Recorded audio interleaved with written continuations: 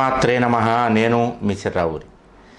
ఐశ్వర్యానికి మొదటి మెట్టుగా ఇప్పుడు నేను చెప్పబోయేటటువంటి దాన్ని జాగ్రత్తగా అర్థం చేసుకోవడానికి ప్రయత్నం చేయండి.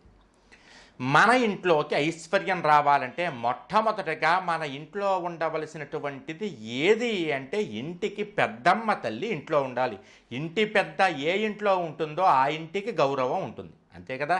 ఇంటి పెద్ద లేకపోతే ఆ ఇంటికి గౌరవం ఏముంటుంది? కాబట్టి ఇంటిని కాపాడేటటువంటి పెద్దలు ముందుగా ఇంట్లో ఉండాలి. ఇంటి కాపాడే పెద్దలు ఎవరయ్యా అంటే మీ కులదేవత, మీ గ్రామదేవత, మీ ఇలవేల్పు దేవత, ముగ్గురికి సంబంధించినటువంటివి మీ ఇంట్లో ఉండాలి. కులదేవతకు సంబంధించి ప్రతి కులానికి ఒక్కొక్క కులదేవత ఉంటుంది. ఆ కులదేవత యొక్క ఆరాధన చేయడం వల్ల విశేషమైనటువంటి ఫలితం కలుగుతుంది. కులదేవతలు ఒక్కొక్క కులానికి సంబంధించి ఒక్కొక్క కులదేవత ఉంటారు. వాళ్ళకి ఫోటోలు ఉండవు. కులదేవతలకి మామూలుగా గ్రామ దేవతలకి ఇలవేల్పు దేవతలకు ఉన్నట్టుగా కులదేవతల ఫోటోలు ఉండవు. కులదేవతకి యంత్రం మాత్రమే ఉంటుంది, యంత్రమూలం మాత్రమే ఉంటుంది. బీజాక్షరాలతో బంధించబడినటువంటి కులదేవత యొక్క పేరు మీద గంధ కుంకుమలు అలంకరించి ప్రతిరోజు 2 అక్షతలు వేయడం లేదా అమావాస్య రోజు విశేషమైనటువంటి పూజ చేసుకోవడం వల్ల కులదేవతానుగ్రహం కలుగుతుంది. కాబట్టి కులదేవతా మూలాన్ని ఇంట్లో స్థాపించుకోండి. ఇక రెండవది గ్రామదేవత. మీ గ్రామానికి సంబంధించినటువంటి దేవత ఎవరైతే ఉన్నారో ఆవిడ గ్రామదేవత. ఈ గ్రామదేవతని మనం ఎలా తెలుసుకోవాలనేటటువంటిది నేను చిర్రావూరి ఫౌండేషన్ యూట్యూబ్ ఛానల్లోనే మీ గ్రామదేవత గురించి తెలుసుకోండి నాకు వీడియో పెట్టాను. దాని ప్రకారం మీ గ్రామదేవతని తెలుసుకోండి. అదేవిధంగా ఇలవేల్పు దేవత యొక్క చిత్రపటం ఉండాలి ఇంట్లో. అంటే కులదేవత యొక్క యంత్రమూలము, గ్రామదేవత యొక్క ఫోటో, అదేవిధంగా ఇలవేల్పు దేవత యొక్క ఫోటో, ఈ మూడు ముఖ్యంగా ఏ ఇంట్లో అయితే పూజలు అందుకోబడుతూ ఉంటాయో ఆ ఇంట్లో ఐశ్వర్యం అనేటటువంటిది అడుగు పెడుతుంది అని పెద్దలు చెప్తూ ఉంటారు. ఏ ఇంట్లో అయితే పెద్దలు ఉన్నారో ఆ ఇల్లు ఒక పద్ధతిగా ఉంటుంది కదా. అదేవిధంగా ఈ ముగ్గురు దేవతలు ఉన్నటువంటి ఇల్లు ఎలా ఉండాలి పద్ధతిగా అంటే ఇంటి ముందు ముగ్గు ఉండాలట. ప్రతిరోజు కూడా సూర్యోదయం అవ్వకుండా కాసి నీళ్ళు తెల్లి ముగ్గు వేసేసేయాలి.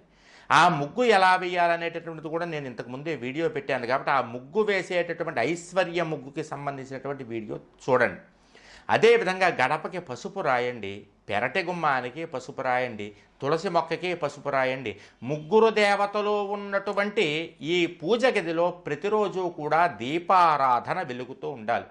ఆ దీపారాధనని శ్రద్ధగా చేసుకోండి. ఎప్పుడో 7-8 అయ్యాక కాదు, తెల్లవారుజామున చేసుకోవడానికి ప్రయత్నం చేయండి.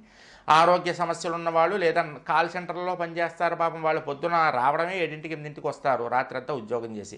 అలాంటి వాళ్ళు మీకు సౌకర్యవంతంగా ఉన్నట్లుగా దీపారాధన చేయండి. మొత్తానికి మానకండి. అవకాశం ఉన్నవాళ్ళు మానద్దు, అవకాశం లేని వాళ్ళు మీ అవకాశాన్ని బట్టి ప్రయత్నం చేయండి. ఈ విధంగా కులదేవత, గ్రామదేవత, ఇలవేల్పు దేవతల యొక్క అనుగ్రహం కనుక మీకు కలిగిందంటే మీరు ఐశ్వర్యానికి మొదటి మెట్టు ఎక్కినట్లే.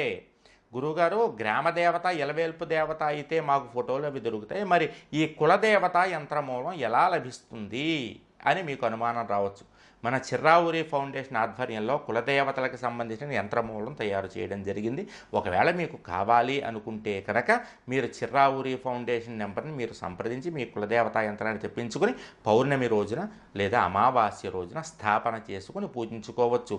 రాబోయేటటువంటి కొత్త సంవత్సరంలో జీవితాన్ని కొత్తగా మొదలు పెట్టుకోవచ్చు, ఐశ్వర్యాన్ని పొందవచ్చు. అదేవిధంగా ఈ చిర్రావూరి ఫౌండేషన్ వారి యొక్క నెంబర్ని నేను కింద డిస్క్రిప్షన్లో ఇస్తాను. మీకు కావాలనుకుంటే మాత్రమే వాళ్ళని ఆ యంత్రం కోసం సంప్రదించండి. అదేవిధంగా యంత్రం కులదేవతల పేరు అడగండి, ఎందుకంటే ఒక్కొక్క కులానికి ఒక్కొక్క కులదేవత ఉంటారు. కాబట్టి ఆ కులదేవత యొక్క పేర్లన్నీ యంత్రంలో ఉంటాయి. ఆ కులదేవత మీరు ఎప్పుడైతే తెప్పించుకుంటారో నేను చక్కగా ఆ కులదేవత పేరు కూడా మీకు రాసి పంపించడం జరుగుతుంది. ఫౌండేషన్ వాళ్ళకి ఆ కులదేవతల పేర్లు తెలియదు, వాళ్ళకి తెలిసిందల్లా యంత్రం కావాలంటే మీ అడ్రస్ అవి రాసుకోవడం మాత్రమే.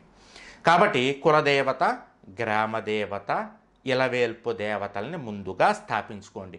ఈ 3 ఇంట్లో లేకుండా మిగిలినటువంటి 36 దేవతల ఫోటోలు ఉన్నా కూడా ఎటువంటి ఫలితము ఉండదు. ముందుగా ప్రాథమికంగా పూజించవలసినటువంటి వాళ్ళు వీళ్ళు ముగ్గురే. ఇది ఐశ్వర్యానికి మొదటి మెట్టు.